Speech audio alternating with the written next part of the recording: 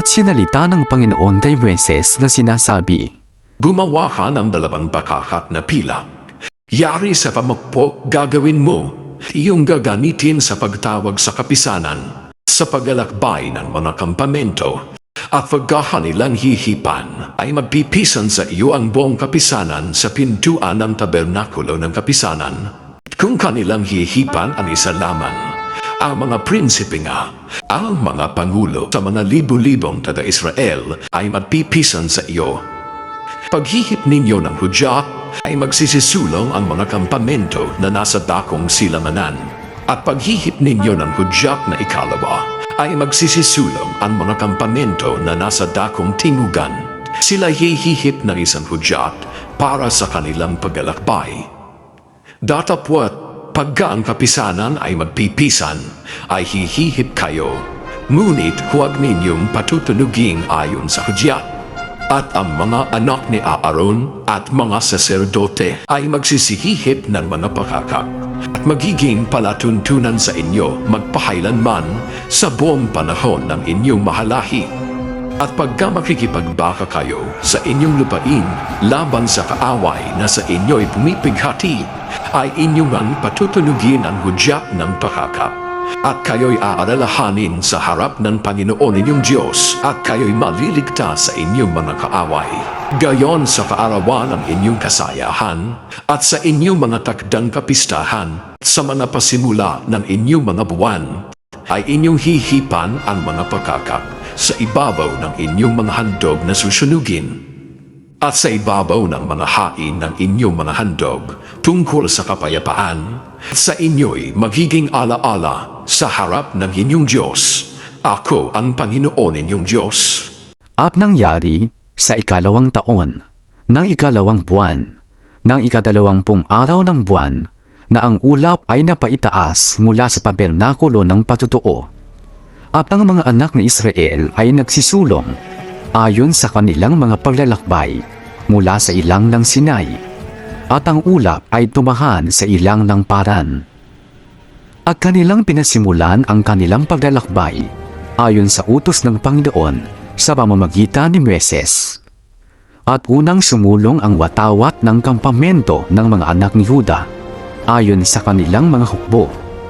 At nangungulo sa kanilang hukbo sina Ason na anak ni Aminadab. At nangungulo sa hukbo ng lipi ng mga anak ni Isakar si Natanael na anak ni Zuar. At nangungulo sa hukbo ng lipi ng mga anak ni Zabulon, si Eliab na anak ni Helon. At ang tabernakulo ay tinanggal, at ang mga anak ni Gerson, at ang mga anak ni Merari, na mga may dala ng tabernakulo ay nagsisulong. At ang watawat ng kampamento ng Ruben ay sumulong ayon sa kanilang mga hukbo. At nangungulo sa kaniyang hukbo si Elisur, na anak ni Sedeur. At nangungulo sa hukbo ng lipi ng mga anak ni Simeon si Selumiel na anak ni Surisaday. At nangungulo sa hukbo ng lipi ng mga anak ni Gad si Eliasap na anak ni Dehuel. At ang mga kuwatita ay nagsisulong na dala ang santuaryo. At itilayo ng iba ang tabernakulo, samantalang ang mga ito ay nagsisidating. At ang watawat ng kampamento ng mga anak ni Ephraim ay nagsisulong ayon sa kanilang mga hukbo.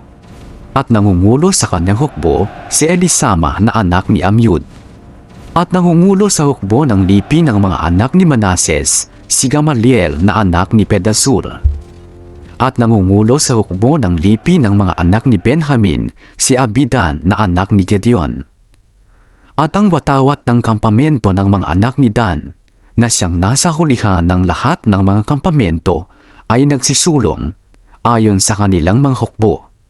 At nangungulo sa kanyang hukbo si Ahieser na anak ni Amisadai. At nangungulo sa hukbo ng lipi ng mga anak ni Aser si Pediel na anak ni Okran. At nangungulo sa hukbo ng lipi ng mga anak ni Neptali si Ahira na anak ni Enan. Ganito ang mga paglalakbay ng mga anak ni Israel ayon sa kanilang mga hukbo, at sila'y nagsisulong. At si Moises ay nagsabi kay Hobab na anak ni Reuel na Madianita, biyanan ni Moises, Kami ay naglalakbay sa dakong sinabi ng Panginoon aking ibibigay sa inyo. Sumama ka sa amin at gagawan ka namin ng mabuti, sapagkat ang Panginoon ay nagsalita ng mabuti tungkol sa Israel. At sinabi niya sa kanya, Ako'y hindi paroroon, kundi ako'y babalik sa aking sariling lupain at sa aking kamag-anakan. at sinabi ni Moises, Huwag mo kaming iwan, ipinamamanhi ko sa iyo, sapagkat nalalaman mo kung paanong hahantong kami sa ilam, at ikaw ay maaari sa aming pinakamata. At mangyayari na ikaw ay sasama sa amin, oo, mangyayari na anumang mabuting gagawin ng Panginoon sa amin, ay siya rin naming gagawin sa iyo. At sila'y nagsisulong mula sa bundok ng Panginoon ng 3 araw na paglalakbay. At ang kaba ng tipa ng Panginoon ay nasa unahan nila ng 3 araw nilang paglalakbay, upang ihanap sila ng dakong kanilang mapampapahingahan. At ang ulap ng Panginoon ay nasa itaas nila sa araw, pagka sila'y sumulong mula sa kampamento. At nangyari, pagka ang kaban ay sinulong, na sinabi ni Moises, Bumangon ka, O Panginoon, at mangalat ang mga kaaway mo, at magsita ka sa harap mo ang nangapupot sa iyo. At pagka inilapag ay kanyang sinabi, Bumalik ka, O Panginoon, sa malaksang libu-libong Israelita,